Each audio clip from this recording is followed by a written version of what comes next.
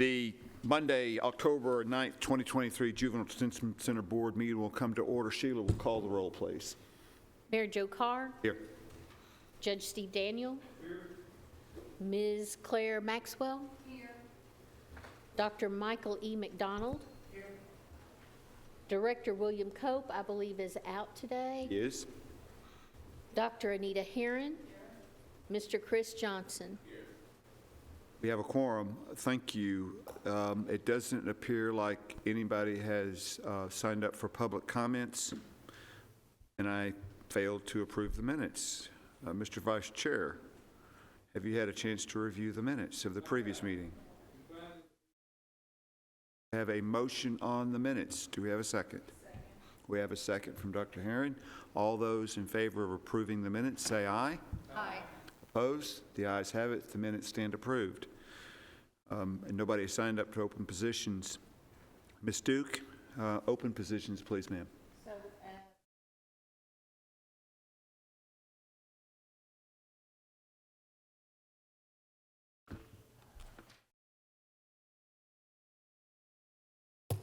Sorry. All right. I think it's on now. It is. We have one full-time female detention officer opening, and then but I also got a 2-week notice today. So technically, we have two. What was the 2-week notice? 2-week notice for a full-time female detention officer related to low pay. Any questions for Ms. Duke on open positions? With that, we'll move to item 5, our data report. It's on your desk, Ms. Duke. All right, so we currently, at the time that this was printed, had a total population of 15. One of those is a young lady. We haven't had a female in a minute, so we're enjoying her. And we have 5 young people from Rutherford County, and then you can see that we also have got Cheatham, Gibson, Madison, Montgomery, Sumner, and Wilson is also on the list.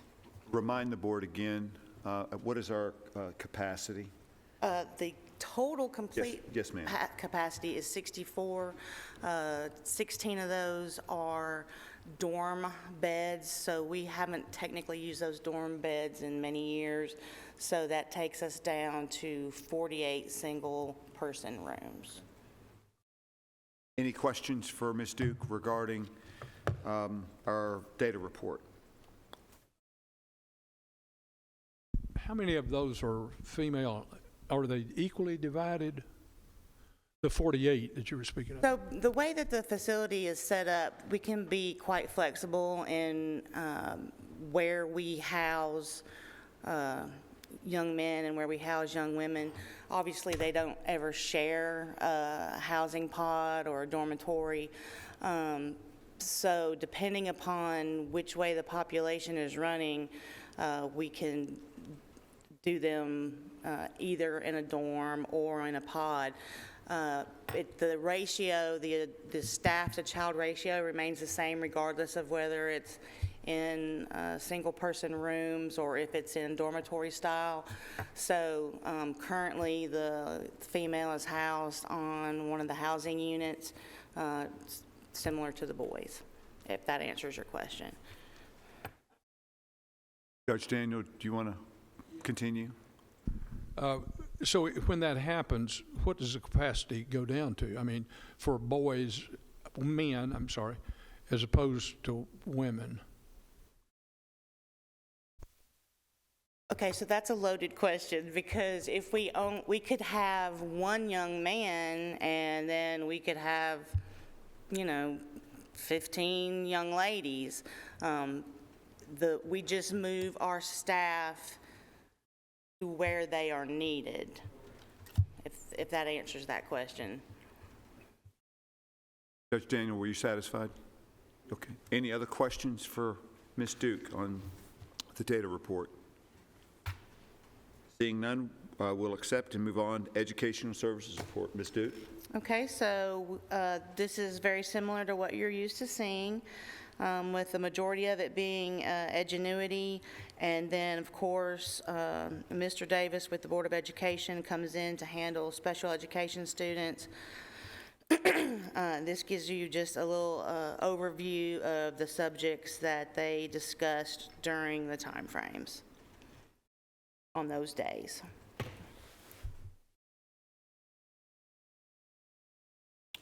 Questions or comments from the board? Ms. Duke, regarding the educational services.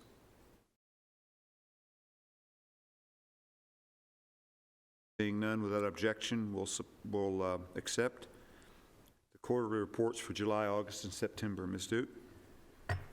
A lot of times, some of the questions that you ask or are curious about, I've talked about being on the SharePoint.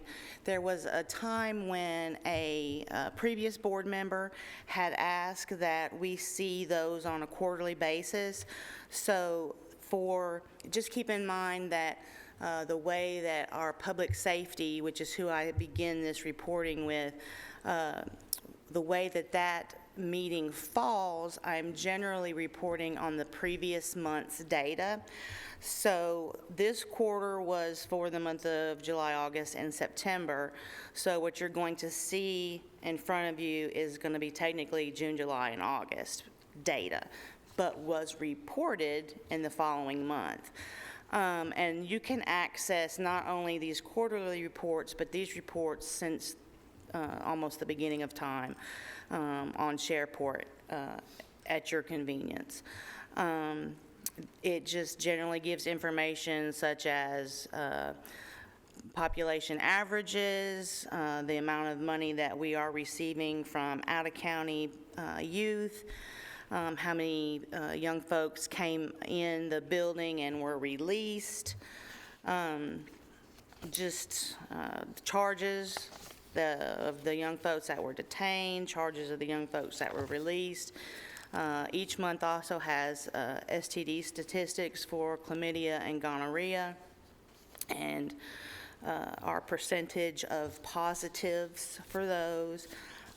Also some more information on education and our programming, and then builds for each month that is in front of you. I don't know that, but I guess if you have any specific questions about any of this, I'll happily answer them. Questions or comments from Ms. Duke regarding the quarterly reports of July, August, and September?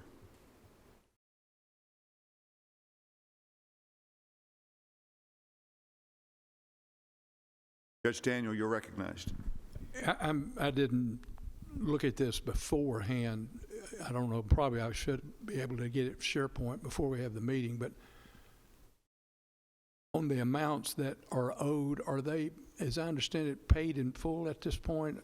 Yes, they are. So as an example, the yearly activity report, which ended June, it showed that there was $17,150 that was owed.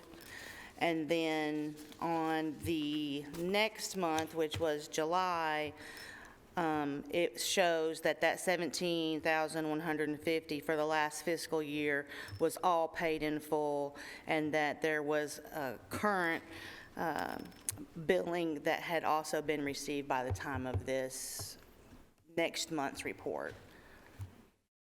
And I might add that if the board wants just a minute or two to review this information, whether it's the quarterly reports or any of the previous items on the agenda, and you just need a couple of minutes to review, the chair will have no objection to that, and will give you all the time you need. So we're not trying to blow through this agenda. I'm just wanting to make sure that we're expediting things. But at the same time, I want you to have the time you need to review it.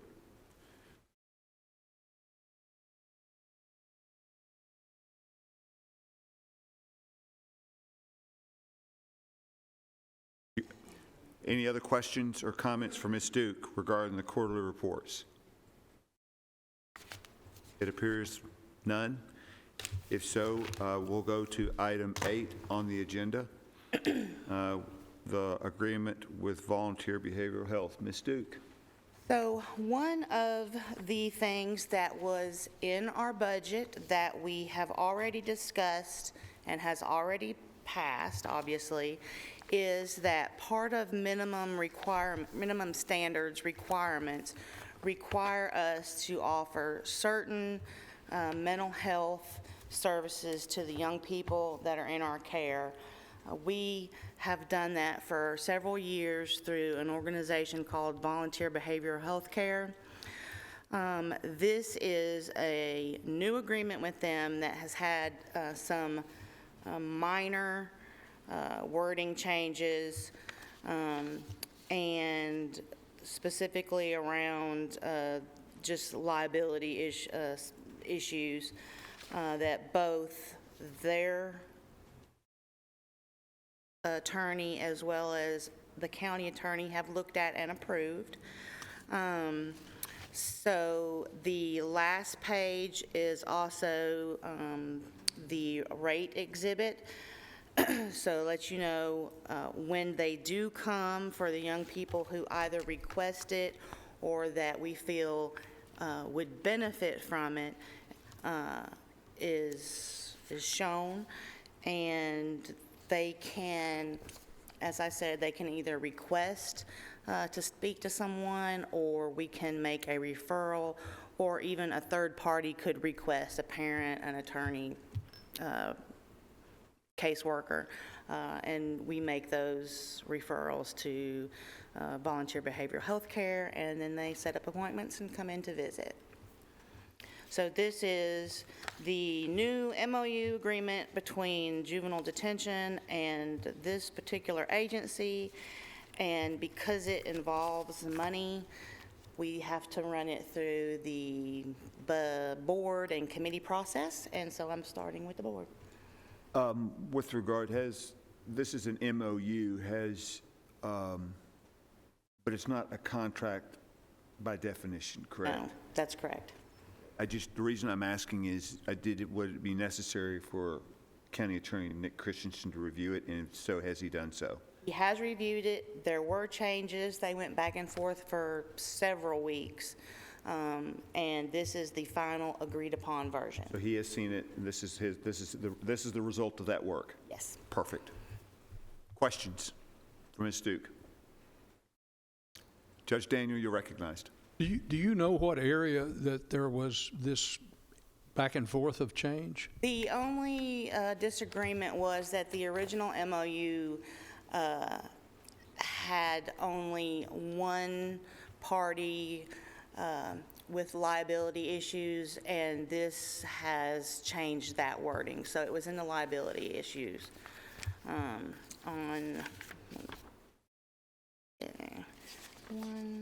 On page 3, it was the limitation of county's liability. That D section, I think, was where they spent most of their time discussing.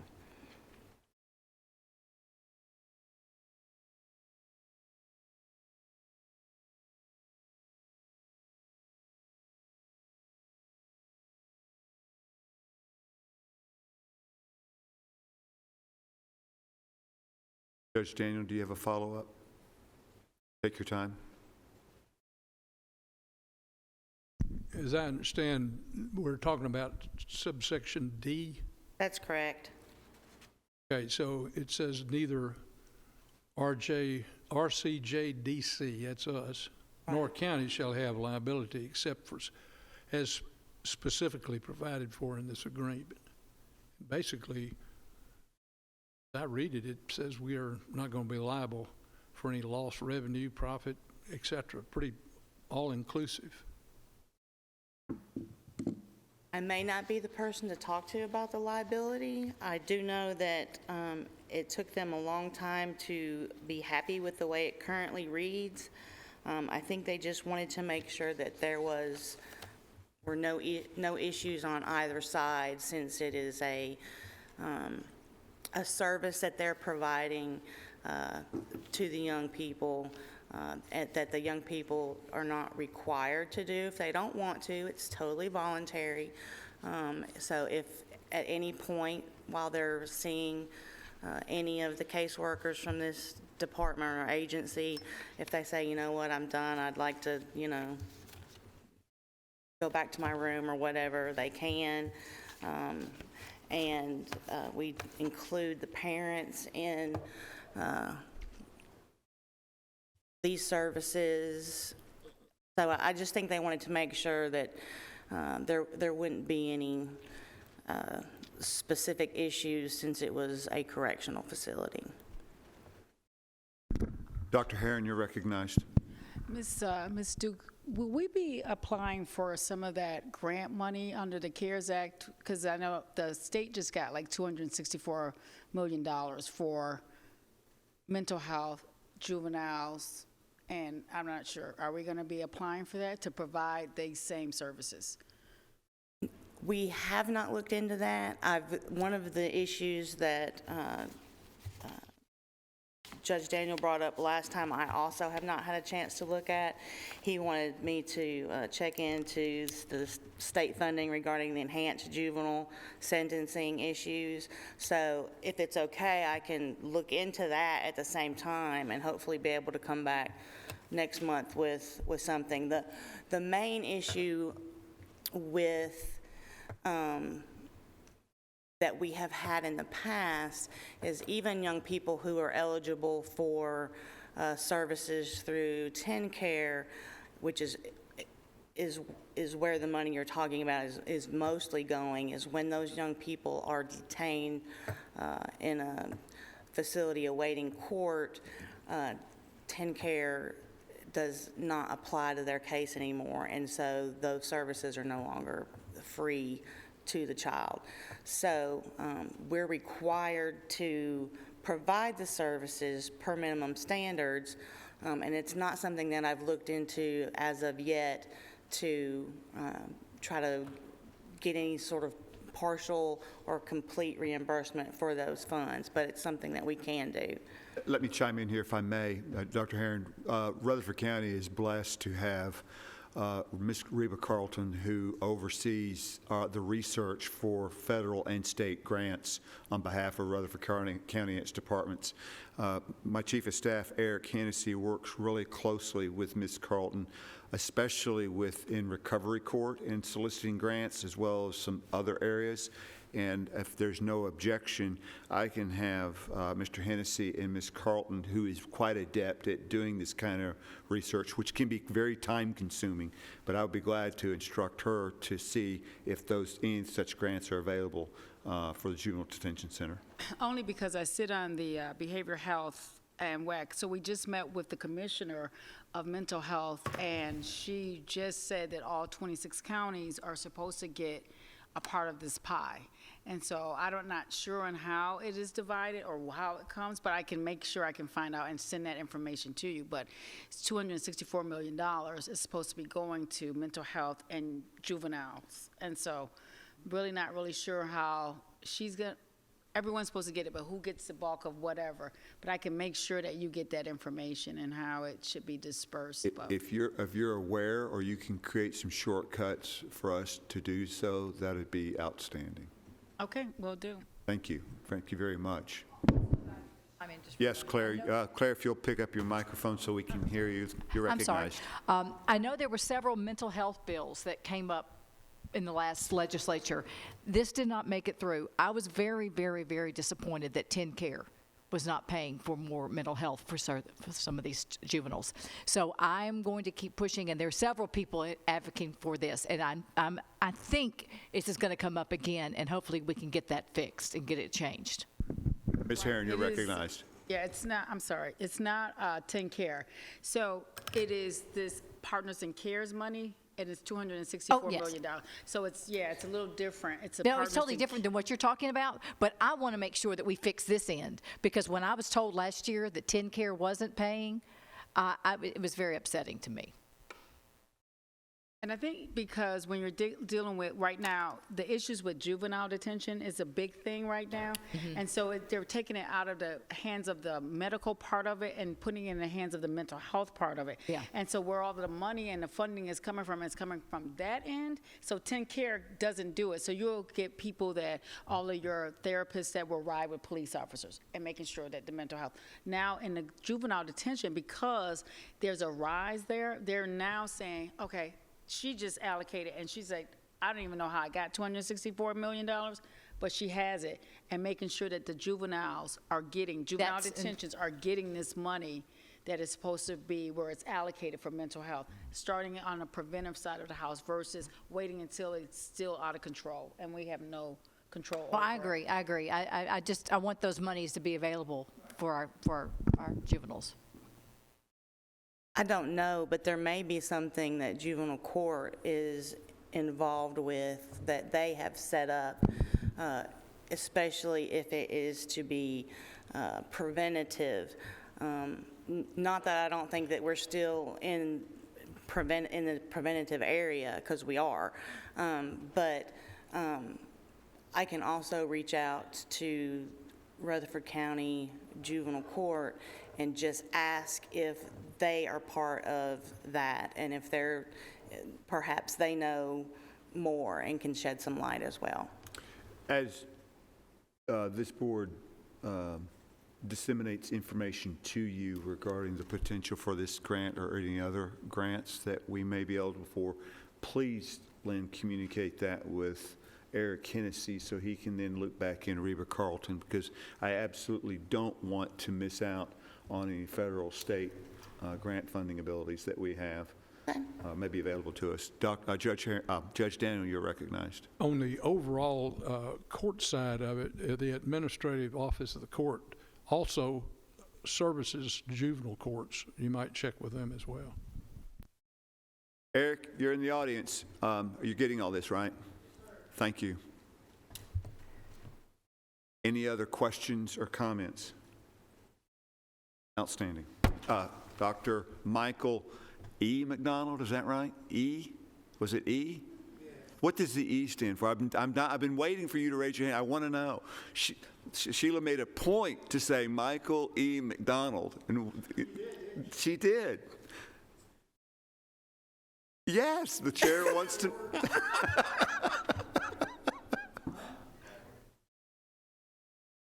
You're recognized. I like it. You're recognized, Dr. McDonald. Thank you,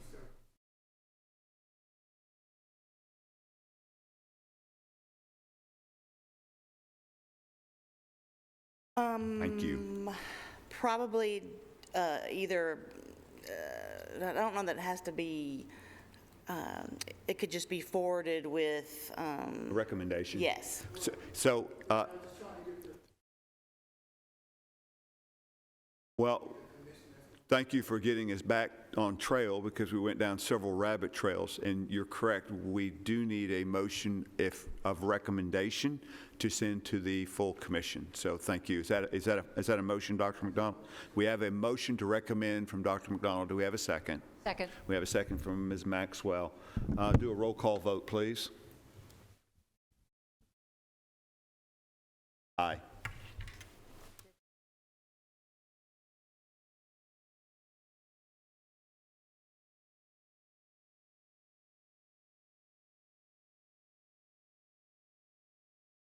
Ms. Claire Maxwell. Yes.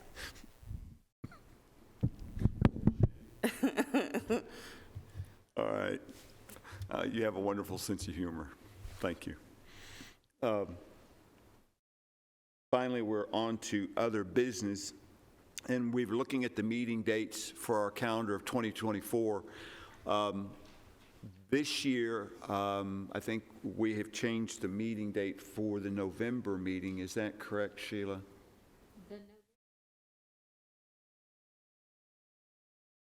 Which is a holiday. Okay, excuse me. This is the 2024 calendar. We've already, what day, Judge McDaniel, I am having a hard time. Judge Daniel, what day did we change because there was a conflict on this year's count? Okay, that was in December. Okay, thank you. I got my months mixed up.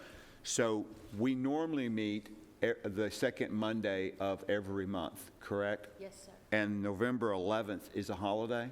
Yes, sir, for 20, What is the holiday? Veterans Day. Thank you very much.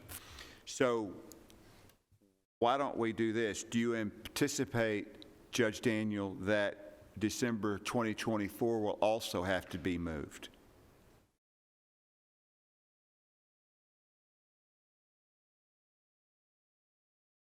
That's correct.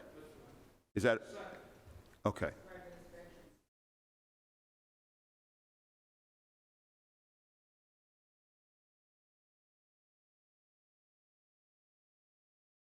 That's correct. So we're going to make a change there. I'm trying to get the changes made to any other conflicts that the board may see in the 2024 calendar, if we can get all those addressed now, knowing that we may have to come back and do it a little bit later, but it just helps the office out for public notice. So the second Monday of every month is when we're scheduled to meet. Is that correct? That is correct. Okay, thank you. With the exception of November, which, where do we want to move that date? Or do we want to wait until we get into the calendar year before we make that determination? We don't have to make that determination today. We can approve this calendar and then make the change when we get closer to November 2024.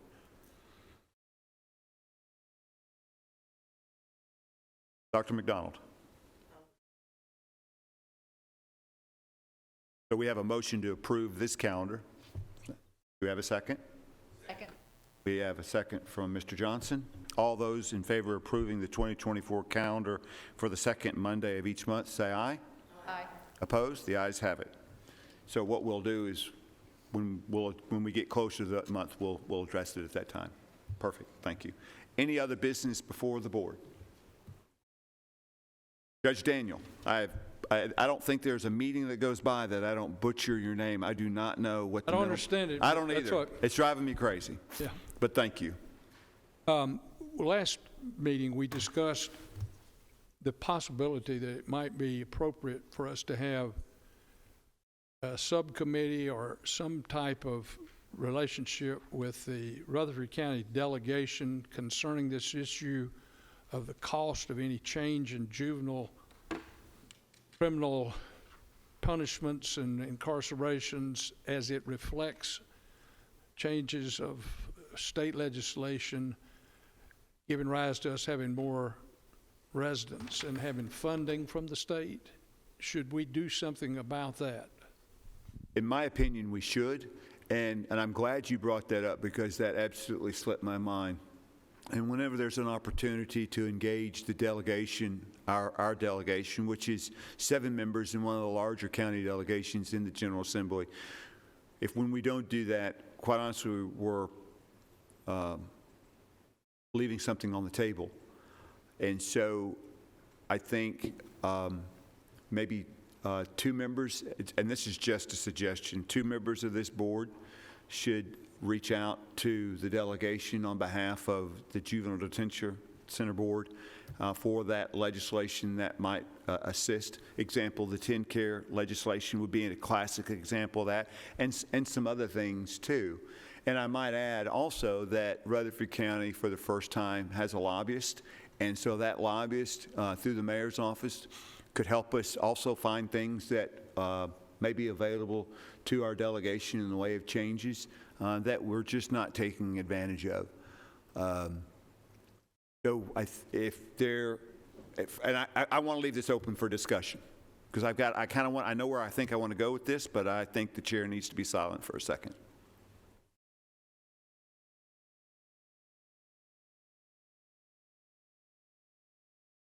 Judge Daniel, you're recognized. Well, I want to make a motion that we pursue a relationship with our delegation concerning any juvenile bills that would impact resident numbers of our detention center.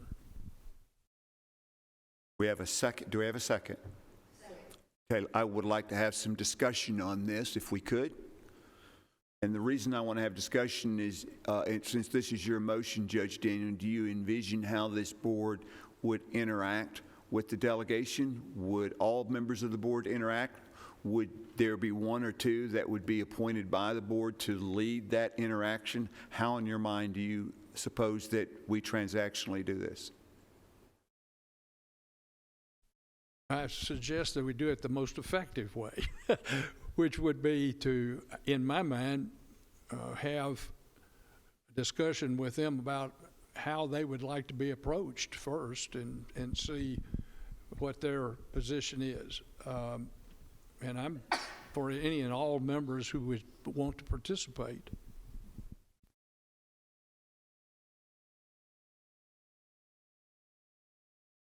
Comments? The reason I want to have a discussion about this particular part of it is, having served in the General Assembly for 6 years, it was always helpful to me if there was one or two points of contact that represented the interests of that particular body or group. And that way, you're talking about being effective and being efficient. I just want to make sure, not that all 6, 7 board members can't speak for themselves. They most certainly can. It's quite articulate and well-informed and educated committee, board, but sometimes the delegation gets overwhelmed when all members are approaching them. And so I'm just trying to look at it for their perspective, and also how can we be, like Judge Daniel said, most effective. As a suggestion, I would think the board might want to consider, and we can do this at the next meeting, but might consider appointing one or two representatives from this board to act as our liaisons to the delegation. That doesn't mean they're doing that exclusively and without the contributions of the rest of the board, but that would be the primary point of contact to convey our concerns, and hopefully some changes in the law when necessary. So I throw that out there for your consideration, for discussion and thought between now and the next committee meeting. Judge Daniel, you're recognized. Well, I was going to suggest, and I think that you brought this up, that we should do this before they get started in January. Absolutely. So that puts us into either November or December, and that would be right upon us. And I think that two excellent people to do this would be Dr. Herron and Ms. Maxwell. I think those are two outstanding choices, Judge Daniel. Well, do you want to amend your motion to include Dr. Herron and Ms. Maxwell as our representatives to the delegation in this regard? I will amend my motion to that effect. We have a second. I think Dr. Herron and Ms. Maxwell need to be heard from since they've just been drafted. Dr. Herron, would you like to comment, please? Before we vote, because I think we got the votes. Absolutely. And Ms. Maxwell and I definitely work together and make sure we represent well. Outstanding. So that's a yes from both of you? Yes. Fantastic. There is no further discussion on the matter. All those in favor say aye. Aye. Opposed? The ayes have it. Thank you, ladies. Thank you very much. Now that's how you get something done. Any other business before the committee? Seeing none, we stand adjourned.